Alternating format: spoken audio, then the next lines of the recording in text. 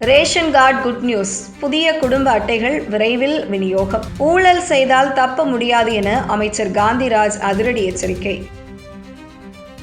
தமிழ்நாட்டில் புதிய குடும்ப அட்டைகள் கோரி விண்ணப்பித்து காத்திருக்கும் லட்சக்கணக்கான பொதுமக்களுக்கு மிக விரைவில் புதிய ரேஷன் கார்டுகள் அச்சிடப்பட்டு வழங்கப்படும் என மாநில கூட்டுறவுத்துறை அமைச்சர் காந்திராஜ் அதிரடியான குட் நியூஸை வெளியிட்டுள்ளார். சென்னையில் நடைபெற்ற கூட்டுறவு வார விழாவில் கலந்து கொண்டு சிறந்த கூட்டுறவு சங்கங்களுக்கான விருதுகளை வழங்கி பேசிய அவர், நுகர்வோர் மற்றும் விவசாயிகள் நலன் சார்ந்த பல்வேறு முக்கிய அறிவிப்புகளையும் உறுதிமொழிகளையும் மேடையில் அதிரடியாக முன்வைத்தார். தற்போதைய தமிழக வெற்றிக்கழக ஆட்சியில் எங்கும் ஊழல் இருக்காது என்றும் ஒட்டுமொத்த நிர்வாகமும் முற்றிலும் வெளிப்படைத்தன்மையுடன் நோ கமிஷன் நோ கரப்ஷன் என்ற தாரக மந்திரத்தின் அடிப்படையில் மட்டுமே செயல்படும் என்றும் அவர் திட்டவட்டமாக உறுதியளித்துள்ளார். ஊழல் முறைகேடு விஷயத்தில் யாருடனும் சமரசம் என்ற பேச்சுக்கே இடமில்லை என குறிப்பிட்ட அவர், முதலமைச்சரின் கடுமையான அறிவுறுத்தலின்படி ஊழல் செய்பவர்களை தொடவும் விடமாட்டோம், தொட்டவர்களையும் விடமாட்டோம் என அதிரடியாக எச்சரிக்கை விடுத்துள்ளார்.